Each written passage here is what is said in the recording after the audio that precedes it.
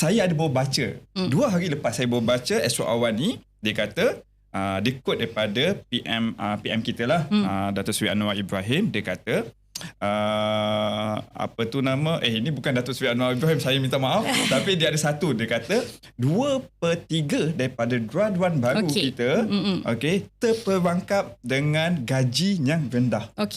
Dia bagi tahu macam tu. Benda ni trigger. Saya tahu masalah ni. Tapi sampai 2/3, akak bayangkan kalau ada 100 orang, banyaklah 2/3. Betul. Hampir 75 orang. 70. Saya tak tahulah. Matt betul lah. Matt betul? Boleh. Okay. So saya cuba buat survey. Saya buat survey dengan majikan ni lah. Majikan ni kan. Kenapa awak boleh bagi gaji serendah 1,800 kepada graduan ijazah kita? Engineer, position engineer. Ini one of the oil and gas company. 1,800 dalam tahun 2024. Serius Cik Fazrul, 1,800. Benda ni berlaku. Saya tak boleh nak spill the tea banyak sangat. Siapa company semua tu. But it happens. Dalam semua temubual saya sebelum ni pun, saya selalu berbincang masalah ni. Okay. So sekarang ni saya sangat berbangga. Bersuka cita. Saya dijemput sebab kita nak menyelesaikan masalah. Okay. Dia bagi tahu kat saya, majikan ni, dia bagi tahu yang mana they are not deserve to get this kind of number. Maksud dia, contoh saya kata 3,000. At least bagilah 3,000. Lepas tu saya cakap, kenapa jadi macam tu? Kenapa dia tak layak untuk dapat macam tu? Dia tak ada kompetensi. Betul. Tapi kompetensi semua kami nak kena ajar. Ada gap. Huge gap. Betul. So, dalam ini kita panggil konteks masalah. Konteks masalah ni, apa fungsi HRD Corp boleh bantu kepada masalah ni? Apa platform yang ada kat HRD Corp? Di sinilah kita we play a big role players kita. Okay, Cik Fazrul, macam Cik Fazrul cakapkan tadi, sepanjang perbincangan kita, dia kat sini kita dapat lihat ada masalah jurang kompetensi daripada pelajar universiti bila dia melangkah ke alam pekerjaan.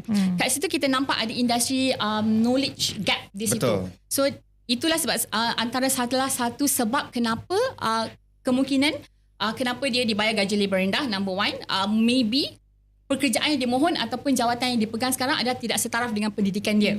Okay, that's number one. Boleh. Maybe. Okay, number two, it's apa yang dia pelajari masa universiti, dia tidak apply di peringkat. Ini masalah yang saya selalu bincang. Kalau siapa yang join podcast saya dah setiap kali saya beritahu silibus universiti sekarang ni dia tak align dengan keperluan industri semasa. Tak kisahlah oil and gas ke.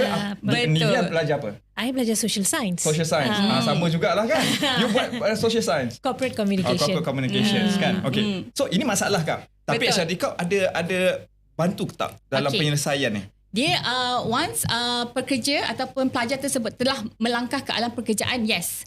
Because why? Because of majikan, dia memang perlu melatih pekerja tu untuk meningkatkan productivity company itu sendiri. So contoh macam saya cakapkan tadi, student pun kadang-kadang bila dia apply untuk mencari pekerjaan, sekadar dengan resume, sekadar dengan sijil, kadang-kadang majikan tengok very basic, apa value add yang you ada. Betul. Kan? Apa value add yang you ada? Contoh, graduan dalam, sebagai contoh lah, saya ambil contoh, maybe graduan dalam information. Tak ada you punya forfeit keputusan you, dan juga ni you tak ada value add. Kadang-kadang susah majikan untuk ambil bekerja dengan gaji yang tinggi.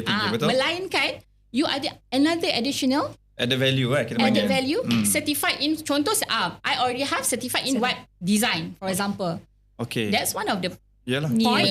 Betul point. Yang orang kata membezakan dia dan dia, the students. Kan? Untuk tambahkan apa yang Kayana kata tadi, I have an example yang my own cousin, dia menambah ijazah dia, menghabiskan ijazah dia dalam mass communication, social science juga. Selepas dia habis, dia ada 4-pointer, Cik Fazrul. Dia ada 4.0, dia ada di Deanly student dari universiti yang dikenali, government university. Dia keluar, dia kerja dekat Astro. So dia lepas kerja tu, dan for some reason need to leave, then she wants to find another job. Untuk pencarian kerja tu, untuk 1 tahun dia jobless. Setahun dia jobless sebab experience dia agak pendek and dia suka dia nak resign and experience dia agak pendek and dia buat courses yang HRD Corp bagi untuk free pada masa tu. So dia ada dulu ada strategic funds, so dia ada buat courses, dia yang bagi tahu I tak influence dia masuk HRD Corp ke tak, sebab masa tu I pun bukan attached dengan HRD Corp. Dia yang masuk HRD Corp, dia ambil courses macam communication skill, dia ambil makeup courses juga as a part-timer. Percuma? Ya, percuma. Masa tu we had that strategic funds, kan Kayana? Betul. Yeah, so that elevated her resume within like dalam 2-3 bulan dia dah dapat kerja. Untuk pengetahuan Cik Fazrul lah, HRD Corp ni kita ada dua jenis ni. Dia bukan hanya levy. Kita ada macam strategic fund, strategic initiative lah yang kita boleh funding kepada golongan yang tidak diliputi di bawah HRD Corp. Betul.